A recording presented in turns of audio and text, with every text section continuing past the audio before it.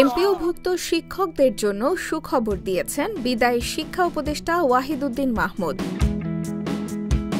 শিক্ষকদের উৎসব ভাতা, বিনোদন ভাতা, বাড়ি ভাড়া সহ অন্যান্য ভাতা বাড়ছে বলে জানিয়েছেন তিনি।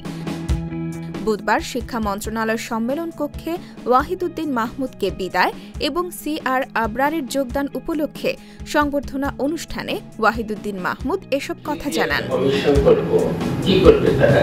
তিনি বলেন, আমি সবাইকে আশ্বাস দিয়েছিলাম যে অর্থ মন্ত্রণালয়ের সঙ্গে বসে আমরা যতদূর পারি চেষ্টা করব দাবিগুলো মেটাতে, কিন্তু 15 থেকে 20 বছরের বঞ্চনা 1-2 বছরের বাজেট দিয়ে তা মেটানো যায় না, এটা বোঝানো খুব কঠিন।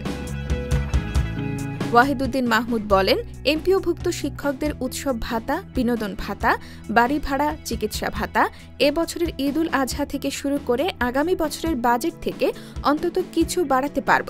এখানেও আমি ঘোষণা দিচ্ছি না কত বাড়াবো। শিক্ষকদের অবসর এবং কল্যাণ ভাতার জন্য একটা তহবিল তৈরি করা হচ্ছে জানিয়ে বিদায়ী উপদেষ্টা বলেন, এবছরই কিছুটা তৈরি করা হয়েছে, আগামী বাজেটে আরও রাখা হবে, তবে পুরো ফান্ডটাকে টেকসই করতে হলে 1-2 বাজেটে হবে না, ভবিষ্যতে 3-4 বাজেটে আশা করি এটা সমাধান হয়ে যাবে।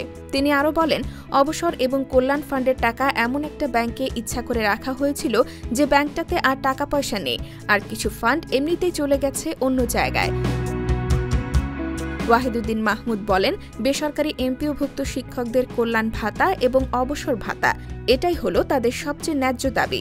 আমি মনে করেছিলাম ওই দাবিটাই সবার আগে মেটানো উচিত।